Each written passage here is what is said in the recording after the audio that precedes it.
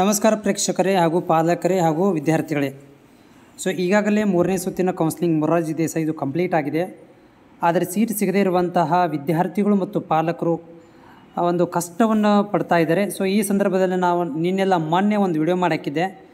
ನಿಮ್ಮ ಜಿಲ್ಲೆ, ಯಾಕಂದರೆ ನಾನು ಒಂದು ಜಿಲ್ಲೆಯಲ್ಲಿ ಇರ್ತೇನೆ, ನಾವು ಒಂದು ಜಿಲ್ಲೆ ಇದ್ದುಕೊಂಡು ಎಲ್ಲ ಜಿಲ್ಲೆನ ಅಡ್ಡಾಡಲಿಕ್ಕೆ ಬರೋದಿಲ್ಲ, ನಾನು ವರ್ಕ್ ಮೇಲೆ ಇರ್ತೇನೆ. ಹೀಗಾಗಿ ನಿಮ್ಮಲ್ಲಿ ಸಹಾಯ ಕೇಳಿದ್ದೆ ನಾನು. ನೀವು ಯಾರೆಲ್ಲ ನಿಮ್ಮ ಜಿಲ್ಲೆಯಲ್ಲಿ ಇರ್ತೀರಿ, ನಿಮ್ಮ ಸ್ಕೂಲ್ಗಳಿಗೆ ಹೋಗಿ ಅಲ್ಲಿ ಮಾಹಿತಿಯನ್ನು ತಲೆ ಹಾಕಿ ಅಲ್ಲಿ ಉಳಿದಿರುವಂಥ ಸೀಟ್ಗಳ ಬಗ್ಗೆ ಮಾಹಿತಿ ತೊಗೊಳ್ರಿ.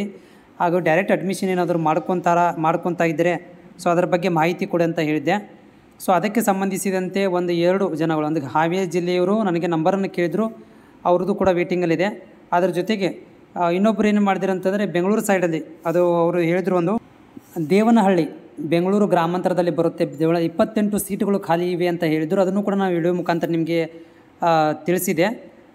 ಬಟ್ ಇಲ್ಲಿ ಒಂದು ಕಾಮೆಂಟ್ ನೀವು ಸ್ಕ್ರೀನ್ ಮೇಲೆ ನೋಡ್ತಾ ಇದ್ದೀರಿ. ಒಂದು ಪಾಲಕರು ನನಗೆ ಕಾಮೆಂಟ್ ಹಾಕಿರುವಂಥದ್ದು, ಸರ್ ನನ್ನ ಮಗ ಹೇಮಂತ್ ಅಂತ 24 ಮಾರ್ಕ್ಸ್ ಇವರು ಯಾರು ಕೆಟಗರಿಗೆ ಸೇರಿದ್ದಾರೆ ತಿಳಿಸಿಕೊಡಿ ಅಂತ ಹೇಳಿದಾರೆ. ಬಟ್ ಇವರು 24 ಮಾರ್ಕ್ಸ್ ತೊಗೊಂಡಿರಂತೆ ಯಾವ ಕೆಟಗರಿ ಸೇರಿದ್ದಾರೆ ಹೇಳ್ರಿ ಅಂತ ಹೇಳ್ತಾ ಇದ್ದಾರೆ. ಬಟ್ ಇವ್ರು ಅದಂಗೆ ಹೇಳಕ್ಕೆ ಬರ್ತದೆ ಇದೊಂದು. ಆಮೇಲೆ ಕಂಟಿನ್ಯೂ ನೋಡಿರಿ, ಇವರಿಗೆ ನನ್ನಿಂದ ಸಹಾಯ ಮಾಡಿ, ನಿಮ್ಮಿಂದ ಸಹಾಯ ಮಾಡಿ, ನಾನು ಮನೆ ಕೆಲಸ ಮಾಡುತ್ತೇನೆ, ನನ್ನ ಮಗನನ್ನು ಅಲ್ಲಿ ಸೇರಿಸೋದಕ್ಕೆ ನನಗೂ ಕೂಡ ಸಹಾಯ ಮಾಡಿರಿ ಅಂತ ಹೇಳ್ತಾ ಇದ್ದಾರೆ. ಇದನ್ನು ಯಾವಾಗ ಕಾಮೆಂಟ್ ಹಾಕಿರೋದಂದರೆ, ಈಗ ದೇವನಹಳ್ಳಿ ಬಗ್ಗೆ ನಾವು ವಿಡಿಯೋ ಮಾಡಿ ಹಾಕಿದ್ದೆ. ದೇವನಹಳ್ಳಿಯಲ್ಲಿ 28 ಸೀಟ್ ಖಾಲಿ ಇದಾವಂತೆ ನೋಡಿರಿ ಅಂತೇಳಿ. ಇವರು ಅದನ್ನು ನನಗೆ ಅಡ್ಮಿಷನ್ ಆಗಲಿಕ್ಕೆ ಸಹಾಯ ಮಾಡಿ ಅಂತ ಕೇಳ್ತಾ ಇದ್ದಾರೆ. ಅಂದರೆ ಅಲ್ಲಿ ಒಂದು ಸಂಪರ್ಕ ಕೊಡಿ ಅಂತ ಕೇಳ್ತಾ ಇದ್ದಾರೆ. ಬಟ್ ನನಗೂ ಕೂಡ ಅಲ್ಲಿ ಸಂಪರ್ಕ ಇಲ್ಲ, ನನ್ನ ಹತ್ರ ಇಲ್ಲ. ಓಕೆ, ನಾನು ಅಂಥ ದೊಡ್ಡ ವ್ಯಕ್ತಿನೂ ಕೂಡ ಅಲ್ಲ, ನಾವು ಹೋಗಿ ಡೈರೆಕ್ಟ್ ಕೂತ್ಕೊಂಡು ಹೇಳ್ಕೊಡ್ರಿ ಅನ್ನಲಿಕ್ಕೆ. ಹೀಗಾಗಿ ನೀವು ಒಬ್ಬರಿಗೊಬ್ಬರು ಇಲ್ಲಿ ಕಾಮೆಂಟ್ ಮುಖಾಂತರ ನಮಗೆ ಹೆಲ್ಪ್ ಮಾಡಬೇಕು.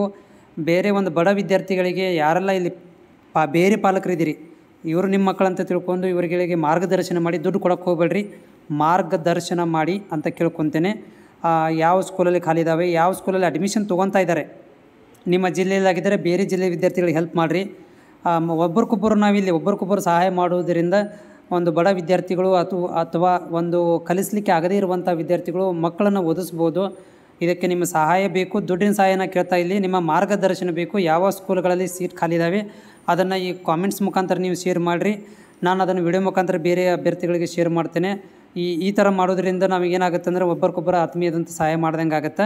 ಅದರ ಜೊತೆಗೆ ದೇವನಹಳ್ಳಿಯಲ್ಲಿ ಇಲ್ಲಿ ಒಂದು ಕಾಮೆಂಟ್ ಹಾಕಿದರೆ ನನಗೆ, ನಿಮಗೆ ಇನ್ನೊಂದು ಸಲ ತೋರಿಸ್ತೀನಿ ನಾನು. ದೇವನಹಳ್ಳಿ ನೋಡಿ, ಇಲ್ಲಿ ದೇವನಹಳ್ಳಿಯಲ್ಲಿ ಅಟಲ್ ಬಿಹಾರಿ ವಾಜಪೇಯಿ ರೆಸಿಡೆನ್ಸ್ ಸ್ಕೂಲಲ್ಲಿ 28 ಸೀಟು ಖಾಲಿ ಇದೆ ಅಂತ ವಿಚಾರಿಸಿರಿ ಅಂತ ಇವರು ಹೇಳಿದರು, ಕಾಮೆಂಟ್ ಹಾಕಿದರು ಶ್ರೀಧರ ಅನ್ನುವರು.